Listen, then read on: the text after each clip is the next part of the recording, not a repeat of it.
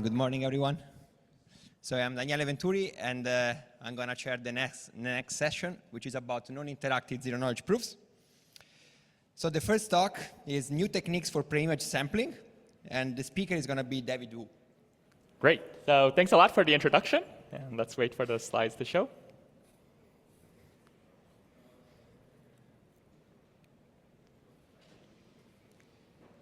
OK, great. So thanks for the introduction. So this talk will be about pre-image sampling and its joint work with Brent and Hotek.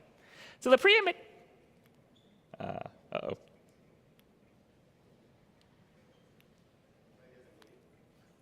Huh? I pushed all 3 buttons. None of them do anything.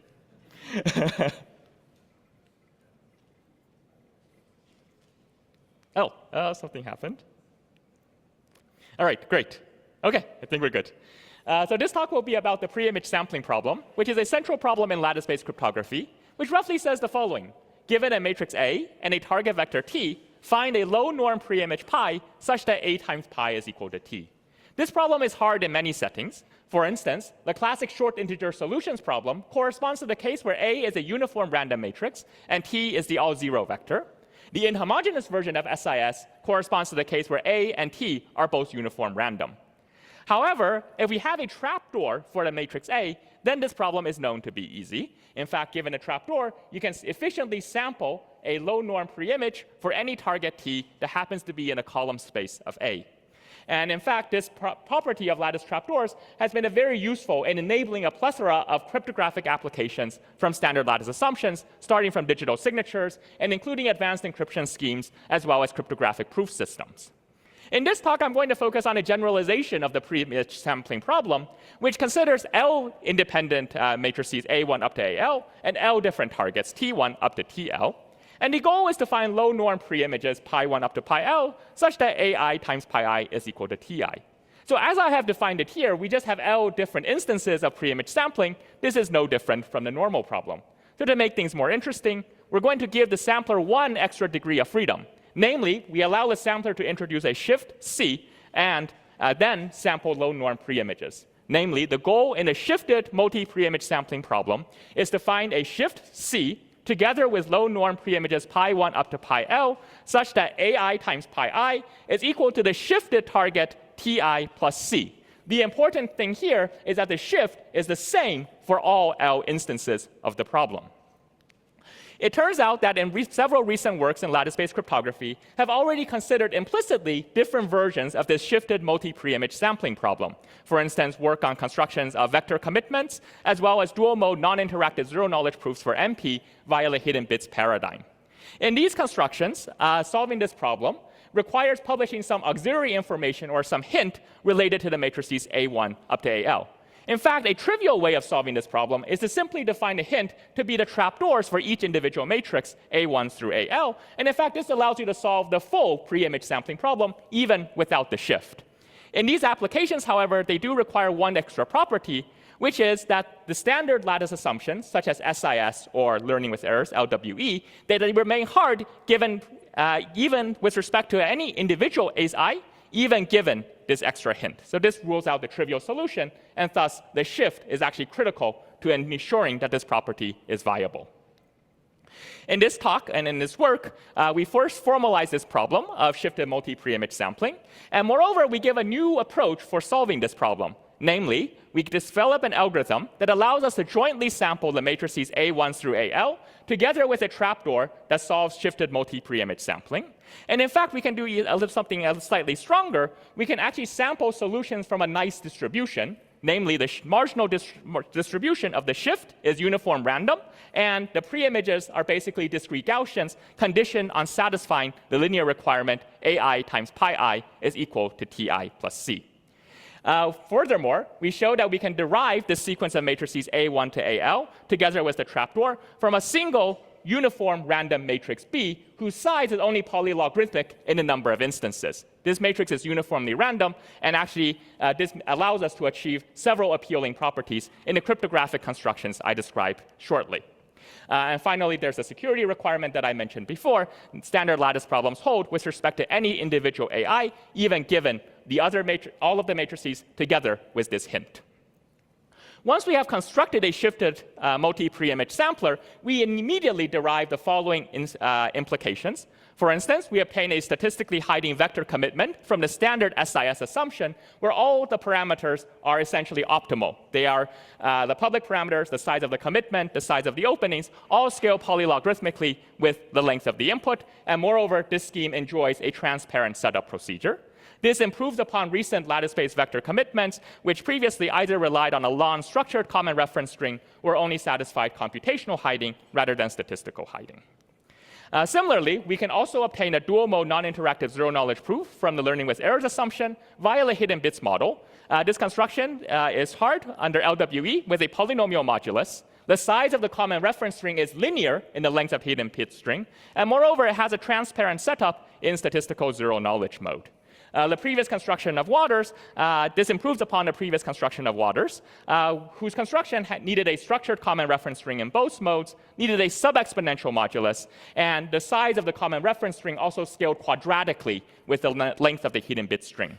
In fact, our dual-mode NIZK construction basically matches all of the requirements and all of the properties of the previous NIZKs from LWE that went through the correlation intractability framework, thus demonstrating that correlation intractability is no longer the only game in town when it comes to constructing NIZK proofs for all of MP from standard lattice assumptions.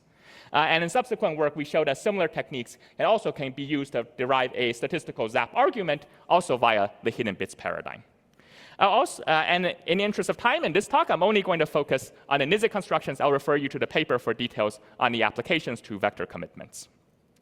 Also note that later in this session, we'll hear about a concurrent work by Branco et al., who also show how to get a dual-mode NIZK in a hidden bits model via the learning with errors assumption. And similar to our work, their construction relies on LWE with a polynomial modulus. They also support a transparent setup in the statistical zero-knowledge mode. Their construction, though, still has a quadratic size CRS. So if you care about the length of the CRS as a function of the length of the hidden bit string, their construction is still quadratic, much like the previous construction of Waters. Also, in their construction, in order to argue multi-theorem zero-knowledge, and this is true for most previous NIZKs from LWE, you basically have to go through the classic OR proof construction of Feige-Lapidot-Shamir, which means you have to construct a NIZK and apply it to a cryptographic language. In contrast with our work, by directly appealing to properties of the pre-image sampler, we can argue multi-theorem zero-knowledge essentially for free. And an interesting property of their construction, though, is that they do not require lattice trapdoors at all, versus our work is really formally centered on a new notion of lattice trapdoors that is useful for several applications. So without further ado, let me turn to the first application that I'm going to focus on in this talk, which is to dual-mode NIZKs from the learning with errors assumption. And for the remainder of this talk, it actually suffices for us to consider a simpler primitive, namely the notion of a hidden bits generator, first introduced in the classic work of Feige-Lapidot-Shamir. And essentially what they show is that once you have constructed this cryptographic object, this notion of a hidden bits generator, it immediately gives you a NIZK for all of MP. So it suffices for the rest of this talk to just focus on this simpler cryptographic primitive, whose notion I will now define. So here we have a common reference string. And in a hidden bits model, in a hidden bits generator, what a user can do is it can sample a short commitment C that can then be expanded into a long pseudo-random string that we call a hidden bit string, and I'll say L is the length of this hidden bit string. Second, the user can, using the common reference string and the commitment, generate a local opening for any individual bit of the hidden bit string to the corresponding bit, either 0 or 1. A hidden bits generator should satisfy 3 security properties. First is binding, which says that the commitment should only be able to be opened in one possible way at each bit position. You should not be able to open, let's say, the first bit to both a 0 and a 1. Second, we require hiding, which says that if I don't open a particular index in a hidden bit string, then the actual value of the bit should be statistically close to uniform, even if I give you openings to every other bit in a hidden bit string. And finally, we require succinctness, which just says that the commitment should be much shorter than the length of the hidden bit string. Here we say the length should only be polylogarithmic in the length of the hidden bit string. And finally, we say that it is dual mode if this common reference string can be sampled in one of 2 computationally indistinguishable modes. OK, So now let me recall for you the very recent construction by Waters on how to construct a dual-mode hidden bits generator from the learning with errors assumption. Our work directly shows how to instantiate the Waters framework using a shifted multi-preimage sampler. So let me first recall his framework. So imagine that you want to build a hidden bits generator where the length of the hidden bit string is L. Then in a common reference string of the Waters construction, there's going to be L matrices and L vectors together with some auxiliary information. You can think about each bit of the hidden bit string is associated with a matrix AI and a vector VI. The commitment in this construction is just a vector C.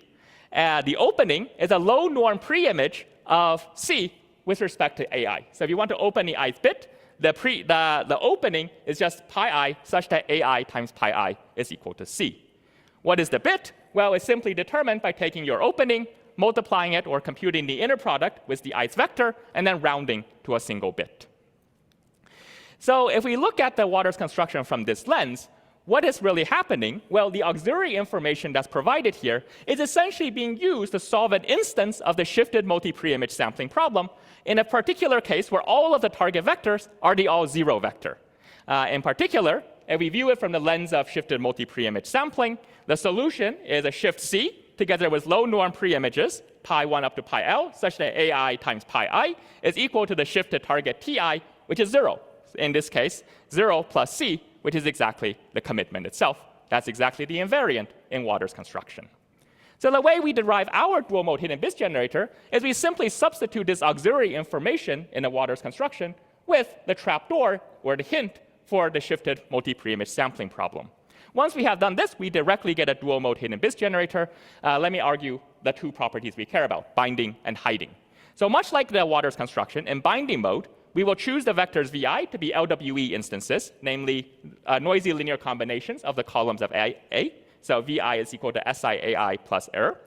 And essentially, the observation here is that the bit associated with the ith position is now completely determined by the combination of the common reference string together with the commitment C. Namely, if we consider the inner product between Vi and pi I, when Vi is an LWE instance, we can just make the substitution. That's SA times pi plus E times pi. E times pi is small, so we just get S times AI times pi I. But the invariant is that AI times pi I is equal to C. So observe that the bit in the ith position is a function of only the secret key S, which is determined by the CRS, and the opening pi, and the commitment C. So the bit is entirely determined once you have chosen your commitment, and this gives us binding.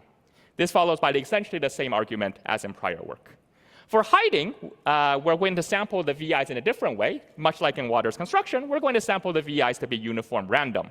So the way that we argue hiding will actually directly appeal to the distributional properties of our shifted multi-preimage sampler. Namely, recall that when we sample a solution, the solution has the following properties. The shift C is distributed according to a uniform random vector, and the preimages pi I are basically a discrete Gaussian condition on AI times pi I is equal to C. Well, if you look at what the bit is, if I don't give you the opening, if I don't give you the pi I, then the bit is basically Vi times pi I, where Vi is uniform random. Pi I is sampled from a discrete Gaussian distribution. The discrete Gaussian distribution has mid-entropy, so we can appeal to the standard leftover hash lemma to argue that if pi I is not given out, then the inner product of pi I with Vi is statistically close to uniform, and this gives us statistical hiding basically for free. I'll remark here that this is actually a different argument than the Waters construction. This actually goes through the distributional properties of our hidden bits of our shifted multi-preimage sampler. Previous work relied on noise smudging and therefore a super polynomial modulus. Okay, and finally, these two modes are indistinguishable. One mode corresponds to LWE instances. The other mode corresponds to random. So as long as LWE holds with respect to any individual AI, then these two modes are computationally indistinguishable under LWE. Okay, so this shows us that once we have built this shifted multi-preimage sampler, we immediately get a dual-mode NIZK for MP. So the only question left is, how do we construct a shifted multi-preimage sampler? And here I'm going to try to give you some flavor for how our construction goes. The paradigm that we're going to follow is actually from a previous work with Hotek on vector commitments, where essentially we also solved an instance of this shifted multi-preimage sampling problem.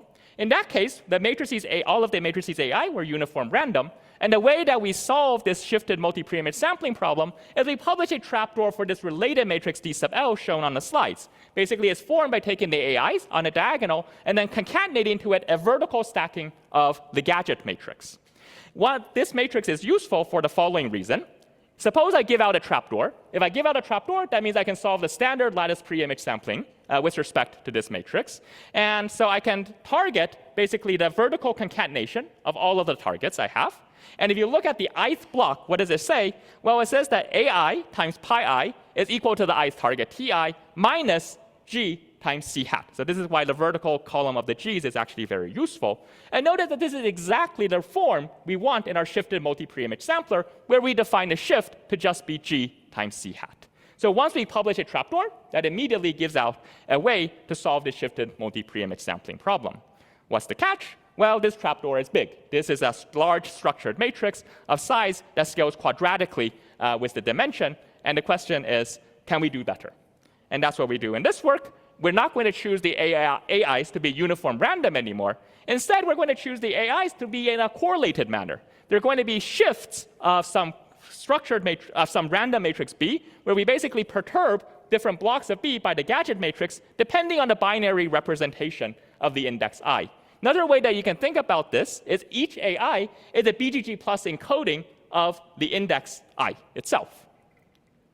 The claim now is that once I have chosen these AIs in this structured manner, in this correlated manner, the resulting matrix I show on the slides, formed by taking the AIs along the diagonal and then appending this column of G's, this matrix actually has a public trapdoor. And I think this is actually a fun exercise to work out what is the public trapdoor for this particular matrix. I won't have time to go over all of the full construction here. Let me just give you a hint, and I'll leave the details to the interested readers' time. So the idea is the following. I'm going to define a sequence of matrices Hij and Vi that basically, where the Hij's recode AI to Vj. Except when I equals j, I'm also going to attach to it the gadget term. Okay? So I'm going to do AI times Hij is equal to minus Vj. And then when I equals j, I'm also going to give you the gadget. So suppose I magically had these matrices Hij and Vi. What can we do? Well, I just formed a matrix that basically has all of the Hij's, and then along the bottom, I have the G inverse of V1, GV2 up to VL. I claim that this matrix is actually a trapdoor for this matrix D sub L. And the way to see that is, if you consider the ij's block of this product, well, I'm multiplying AI by Hij, which recodes to Vj. So when I equals j, I get the gadget. When I is not equal to j, I get 0. So what do we have? We have a gadget trapdoor for the matrix D sub L. So the only question remaining is how do you compute Hij and Vi? And here I'll just say that this is actually a straightforward exercise, a direct application of classic homomorphic evaluation techniques pioneered in the work of Gentry, Sahai, and Waters, and further improved in the work of Bonnet et al. In the constructions of lattice-based ABE. So the key observation that I want to leave you with here is that once we have written down this matrix D sub L, notice that everything is completely determined by the matrix B, by the uniform random matrix B. It determines all of the AIs. It determines this trapdoor. And so we can, given B, we can solve the shifted multi-preimage sampling problem with respect to the induced set of matrices A1 up to AL. And because the matrix B is just a uniform random matrix, this allows us to get vector commitments and dual mode NIZKs with a transparent setup process. So just to summarize, in this talk, I formalized this problem of shifted multi-preimage sampling. I described a new technique for sampling a sequence of matrices A1 up to AL together with a public trapdoor that can be derived from a single short random matrix B. And this immediately gives us applications, one, to statistically hiding vector commitments, and two, to dual mode NIZKs from the LWE assumption. Thank you very much.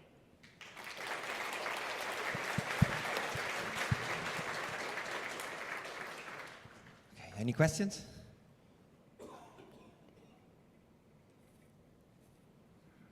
Okay, so I ask one question. Do your techniques allow to get NIZK with additional properties, such as like simulation soundness and knowledge soundness? Good. That's a good question. So can we get additional properties like simulation soundness, knowledge soundness? So there's generic compilers that take any NIZK. So for instance, to get simulation soundness, you can compile it using a one-time signature. So you can apply these sort of generic transformations to get these additional properties if you need them. Now, it's an interesting question to try to show them directly, but we did not do that. Okay. And the assumptions remain the same. Like Yes, right, because all of the primitives you need to bootstrap NIZKs to these stronger properties, they're all implied by LWE. Okay, thank you. So let's thank David for the presentation. Great, thanks.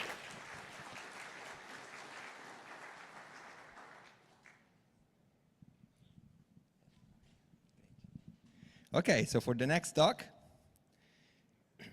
we have unique NIZKs and steganography detection, and the speaker is going to be Lekia Tyner. Thank you for the introduction. So again, I'm presenting unique NIZKs and steganography detection. My name is Lekaya Tyner, and this is joint work with Willie Quash and Daniel Wicks.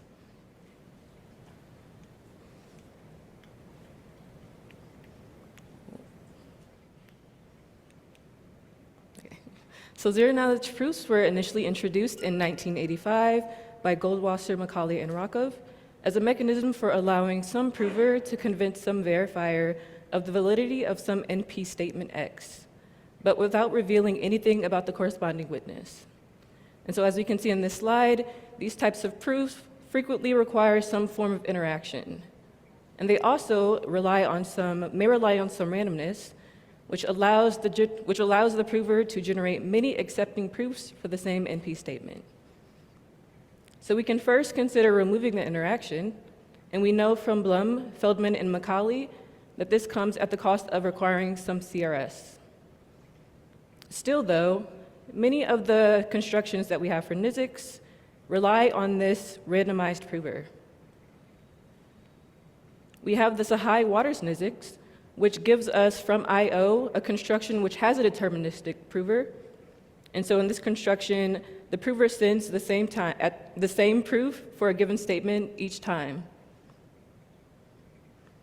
However, while the honest prover sends the same proof each time, this doesn't rule out the possibility that a malicious prover may be able to find a different proof for the same NP statement, which still verifies. And so we can ask the question, does this have to be the case? Can we rule this out? Or in other words, could there exist only a single unique proof for a given statement X? This strong property of uniqueness, we know from prior work, implies witness encryption. And this is even in the case when the prover is honest and we're not requiring zero knowledge. And we note here that we can convert the Sahai-Waters NIZK into a proof that is unique using injective one-way functions. But again, this requires I/O. And so we can ask the other question of, can we construct some NIZK which satisfies some definition of uniqueness that doesn't imply such heavy assumptions? Okay, and so in this work, we consider a version of unique NIZKs with the two following relaxations.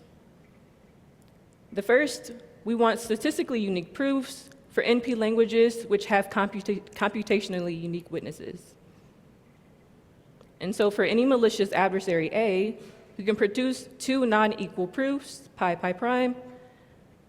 This adversary must also know two valid non-equal witnesses, W prime. And so we really want that there's only one proof per witness for an NP statement. The second relaxation is that we have unique NIZKs with prover setup.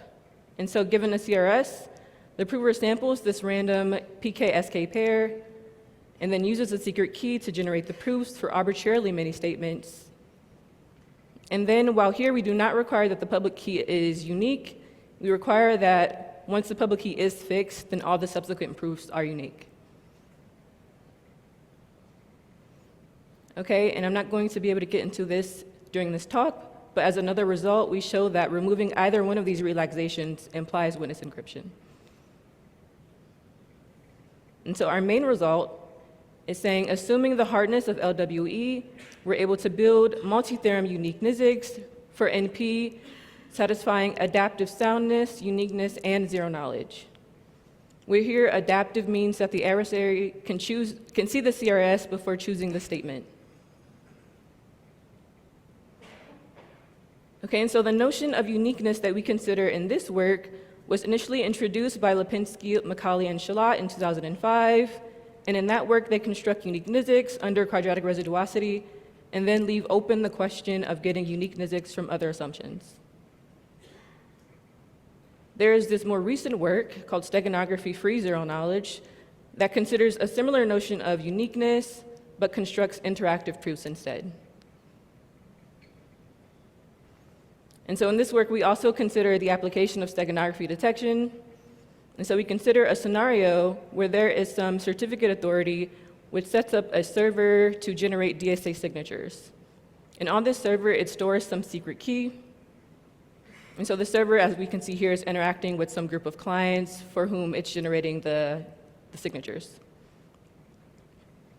We could consider the case where later on after setup, this server becomes compromised. Then it's possible that the server is able to steganographically leak some information about the secret key. And so since these signatures are randomized, the server could very intentionally and very intelligently select which signatures to send to the clients. For example, if it wants to leak the bit 1, maybe it chooses the signature whose first bit is 1. And so maybe we can prevent this from happening. And so let's say we require that the authority sets up some PRF and then have the server prove, using zero knowledge, that any of the randomness that it uses comes from this PRF. Now, if we use a standard NIZK, which is not unique, now we're kind of switching the problem that I mentioned in the last slide to this issue with the NIZK. Because they're randomized, if the server wants to leak the bit 1, again, maybe they just choose the NIZK that has the first bit 1. Okay, and so in this case, we really want to enforce that the server uses unique NIZKs to remove this choice of choosing a particular proof. And so if the proof verifies, then we can certify that no steganographic communication is happening. Again, recall in this work, we get multi-theorem unique NIZKs, which satisfies these adaptive properties against maliciously generated keys. But in order to do this, we first start by building a simpler construction, one which achieves single-theorem NIZKs, which satisfies the adaptive properties, but only for honestly generated keys. And so we consider our statement to be some circuit C, which takes as input a witness W and output 0 or 1. And then here our CRS is a commitment key. During setup, the prover generates a garbling of the universal circuit U, and then commits to all of the labels. And so then the public key is just the commitment of the garbling randomness, the garbled circuit itself, and then the commitment to all of its labels. And then the secret key is just the opening to all of these commitments. Okay, and so to prove, the prover simply just sends over the openings to the labels that correspond to the statement W and the witness. Sorry, the statement C and the witness W. And so for verification, the verifier does two things. First, it checks that the openings that were sent by the prover correspond to the commitments of the labels that are in the public key. And then, using the labels corresponding to C and W, it evaluates the garbled circuit. If the openings verify and if the garbled circuit outputs 1, then the verifier accepts. Otherwise, it rejects. So for some intuition about our proof, for zero knowledge, this follows directly from the hiding of the commitments. And then for soundness, this follows from the binding of the commitments and the correctness of the garbling. And then finally, for uniqueness, this holds as long as the commitments have statistically unique openings. And so we crucially rely here on the fact that for a given commitment, it only opens to one singular unique thing. Hence uniqueness. Okay, so now we've seen the construction for single theorem NIZKs, unique NIZKs for honestly generated keys. How can we transform this into a construction for multi-theorem NIZKs? So this transformation is similar to the one for one-time to many-time signatures. We can consider some binary tree where each node has a corresponding public key secret key pair. And then if we zoom in to a parent node with its two children nodes, we can consider the parent node to be some function which does two things. First, it generates the public key secret key pairs of its children. And then it proves that the generation that it did in the first step was done correctly with respect to some committed PRF. And so the proof that it does here is the single theorem NIZK that we saw previously. Okay, and then the proof is just the collection of all of those proofs, single theorem proofs, at each of those nodes along the path from the root to the leaf node, which corresponds to our statement C, along with their corresponding public keys. And then finally, we use the public key secret key pair at this leaf node to prove that this statement C is in the language. Okay, so as an overview, our public key here is the commitment of the the PRF, and then our secret key is the PRF key, and then the opening to that commitment. And then again, our proof is just the collection of all of the single theorem proofs at each of those nodes, along with those corresponding public keys. And the single theorem NIZK using the public key secret key at the leaf level for C in the language. Okay, and so security here of the parent single theorem proofs ensures the soundness and uniqueness of its corresponding child proofs. And so for zero knowledge here, we're crucially relying on the fact that each of the public key secret key pairs is used only one time to prove a singular statement. As the title of the slide relates, there's a current issue with the construction that I previously explained. So recall here that the public key for our single theorem proofs includes this garbling circuit U, which grows with the size of its input, which is again our statement C. And so if the size of the statement C is n, let's say, then that means the size of the public key must be at least n. And so if we go up a level, that means that the size of the public key for the parent must be at least twice that. And if we expand this to the entire tree, we can see that the size of the public key that we need grows exponentially with the depth of the tree. And so we need to do something a little different.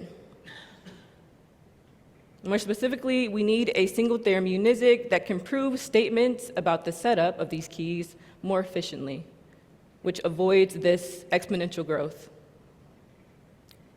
I'm not going to get into the details about how we make the modification, but at a high level, we use FHE to get these single theorem NIZKs, which have fixed key size for arbitrary statements.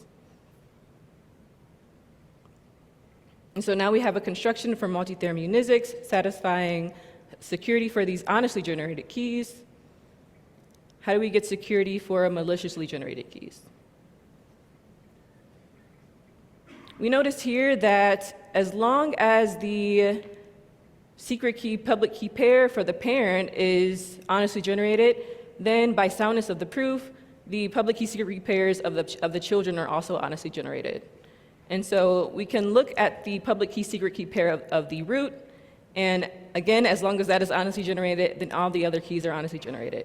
And so we simply just attach a proof to the public key of that fact that this pair of keys is honestly generated, and that is how we achieve the security against malicious keys. Okay, in summary, we started by defining unique NIZKs, and then showed an application for steganography detection, and then constructed single theorem NIZKs, transformed that into multi-theorem unique NIZKs, and then finally showed how to get security against maliciously generated keys. Thank you.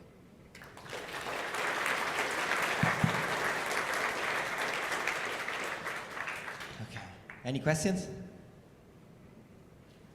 Yeah.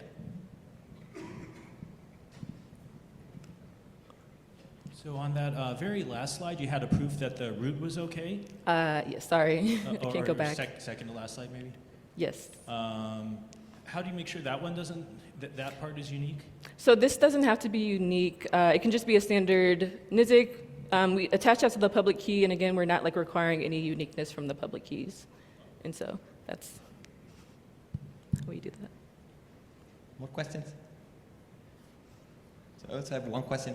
So does your notion of unique NIZK implies unique signatures?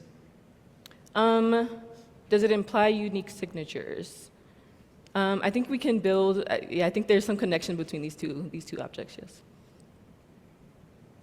More questions? Okay, so then thanks to Lucky again. Thank you.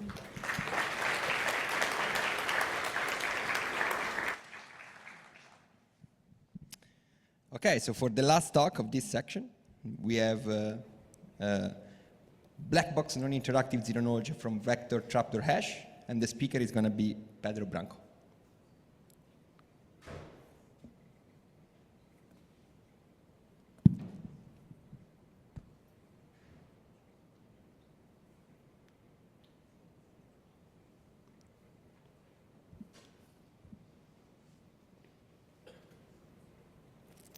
Okay, thank you for the introduction. I'm going to tell you how to build non-interactive zero knowledge from a new primitive that we call vector trapdoor hash. This is joint work with Arka, Niku, Abhishek, Julio, and Akshay. So this talk is about zero knowledge proofs, so let's start with the definition. In a zero knowledge scheme is a protocol between a prover and a verifier where the prover wants to convince a verifier that some statement X is in an NP language. So the prover has access to the witness, they interact, and at the end, the verifier gets either convinced or not that X is in the language. And in terms of properties, there are two properties that we want. The first one is soundness, which states that if X is not in the language, then the verifier accepts only with negligible probability. And depending on whether the prover is computational bounded or unbounded, we have either computational or statistical soundness. The second one is zero knowledge, and this informally states that the verifier learns nothing about the witness W. This is usually captured by the existence of a simulator that only has access to the statement and creates transcripts that are indistinguishable from a real execution of the protocol. And again, we can have either computational or statistical zero knowledge, depending on whether these two distributions are computationally or statistically indistinguishable. In the non-interactive setting, the prover sends only one message, called the proof, to the verifier. So we call this non-interactive zero knowledge, or NIZKs. And again, we require the same properties of soundness and zero knowledge to hold. Yeah, so why do we care about NIZKs? Well, first, we want to minimize the round complexity of cryptographic protocols, and in this case, one round is optimal. Second, we want to understand from what assumptions we can do it. So we understand very well the interactive case, but in the non-interactive case, things are not as clear. And second, NIZKs have found numerous applications throughout the years. These are just some of the most notable ones, but there are many others, of course. So we know for a long time how to construct NIZKs in the random oracle model via the Fiat-Shamir approach. The problem is that random oracles do not exist in the real world, and in fact, we even know counterexamples of protocols that are secure in the random oracle, but as soon as we instantiate them with a hash function, they become insecure. So what about the standard model, where we don't have any trusted setup? Then in this case, we know that NIZKs are impossible. So in this work, we consider NIZKs in the common reference string. So in this talk, whenever I mention NIZKs, I mean NIZKs for all NP in the CRS model. And we do have a few constructions for NIZKs. In this talk, I'm going to divide them into three different approaches. The first one is what I call others. These include constructions that use specific properties of the underlying assumptions and for which we don't know how to mimic using other assumptions. So these include, for example, the famous GOS construction from pairings. The second one is the correlation interactability approach. And this approach essentially uses the Fiat-Shamir transformation without random oracles. And this approach has been very fruitful in recent years and has led to many new feasibility results. The downside of this approach is that it usually requires us to make non-black box use of cryptographic primitives. And finally, the last approach, which is the one I'm going to focus on today, is the hidden bits approach. And this approach was introduced in the 90s by Fege, Lapido, and Shamir, where they also show how to instantiate this approach using trapdoor permutations. And only recently, Waters provided an instantiation of this paradigm from another assumption, namely the learning with errors assumption with the superpolynomial modulus to noise ratio. And the nice thing about this approach is that, unlike the correlation interactability approach, we can construct protocols that don't require us to make non-black box use of cryptographic primitives. And our work can be seen as a follow-up of this recent result of Waters. And our goal was to explore this space here. Namely, we were trying to understand if we can get NIZKs via the hidden bits approach from other assumptions.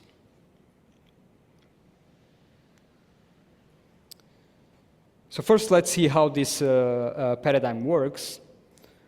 So again, as I mentioned before, this paradigm was introduced by FLS. And they introduced an idealized model called the hidden bits model. And in this model, we have a uniform string. And the prover has access to all the bits in the string. So she can see all the bits in the string. Whereas the verifier has only limited access to this string. So he can only see a few bits of this string.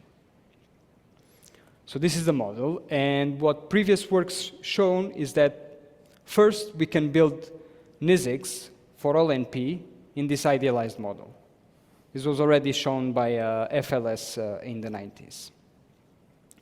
Second, we can define a primitive called hidden bits generator in the CRS model that emulates the idealized hidden bits model. And these two things together imply NIZKs for all NP in the CRS model. So the problem of building NIZKs boils down to the problem of building a hidden bits generator.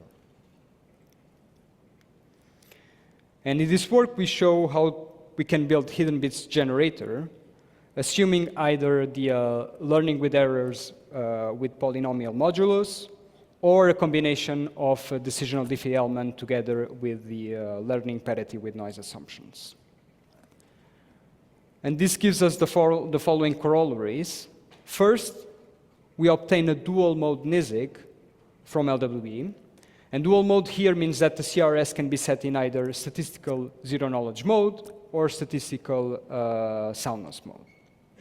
And moreover, the CRS is completely uniform in the statistical zero knowledge mode. Second, we obtain a NIZK with statistical soundness from both DDH and the LPN assumptions. And this is the first NIZK with statistical soundness from these assumptions. So for the rest of the talk, I want to give you the main technical ideas that we use to achieve this work. And as our first step, we introduce a new primitive that we call vector trapdoor hash. And the name might sound a bit off to you, but it's a mix between vector commitments and trapdoor hash, if you know what these things are.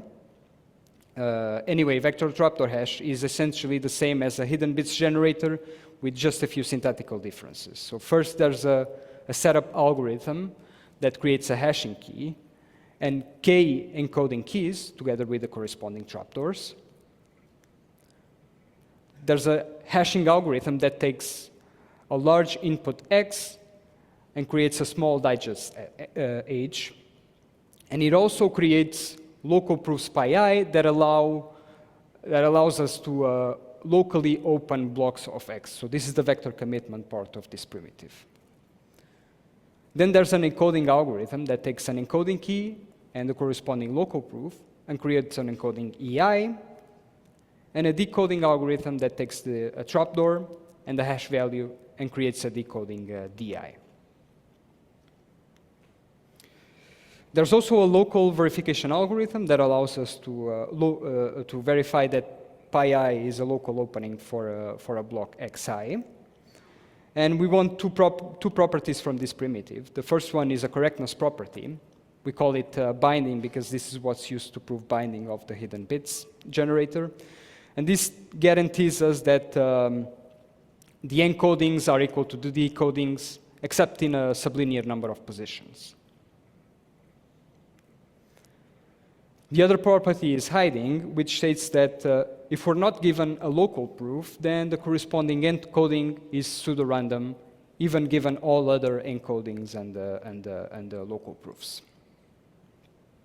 So in the paper, we show that this primitive alone implies a hidden bits generator. So I'm not going to show you how to do this in this talk. It's pretty easy. They're essentially the same. So instead, I want to show you how we can build this primitive using the LWE assumption. For this, first I'm going to tell you how to create the hashing and encoding keys, then how to hash and create local openings, and finally how to compute encodings and decodings. So first recall that the LWE assumption states that given a uniform matrix A, the vector S times A plus E, where E is an error vector, is indistinguishable from a uniform vector. And in our scheme, to create a hashing key, we choose k random matrices A1, AK, together with k binary random matrices W1, WK. And these matrices define new matrices UI, which are the product of AI times WI. The encoding keys are set to be a set of LWE samples using the same secret SI with respect to the matrices A, except for the ith one, which we set as an LWE sample with respect to UI. And of course, the trapdoor will consist of all LWE secrets. Now, to hash a vector X, we compute a linear combination of the matrices UI depending on X. So H is going to be the sum of the product of UI with Xi. And given X, we can compute a local opening for Xi by creating this vector, which is composed by Wj times Xj for all j different than I, and we additionally reveal Xi in the plane. And given pi I and the hash value, we can locally verify that pi I is a valid opening for Xi by computing the product of this matrix times pi I. And if we do the math, then we get that this is equal to H, and this can be checked by the verifier.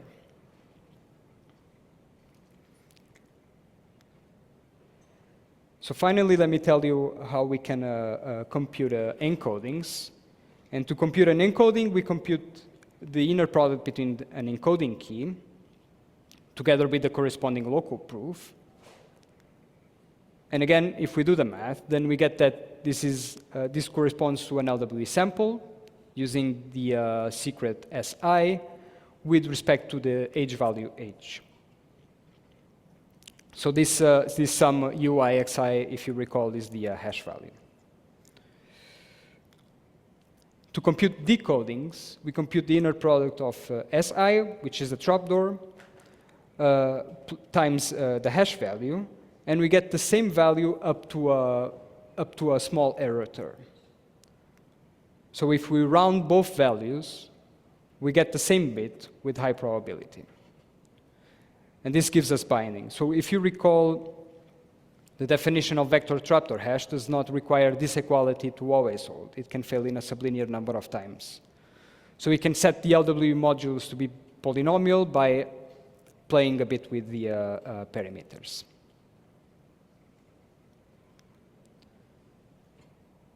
So finally, let me tell you how we can prove hiding. And to prove hiding, let's assume that we want to prove hiding for the first position. And for that, we need to show that the encoding is pseudo-random when you're not given the local proof pi1.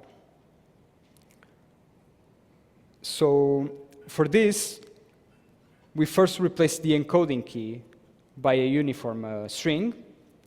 This follows from the LWE assumption. And second, we can use the leftover hash lemma to argue that the encoding is statistically close to uniform.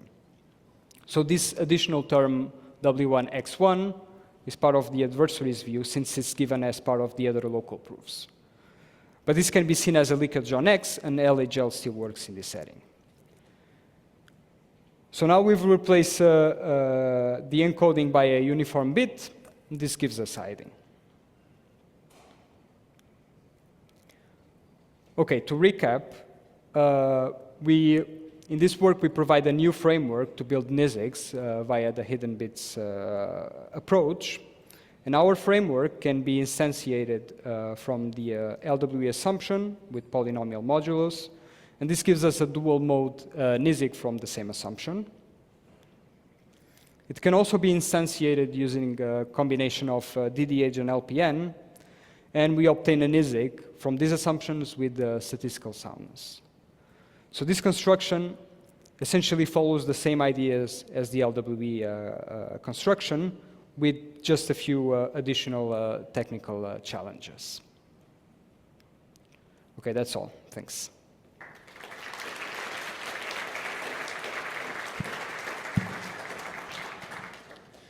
Any questions?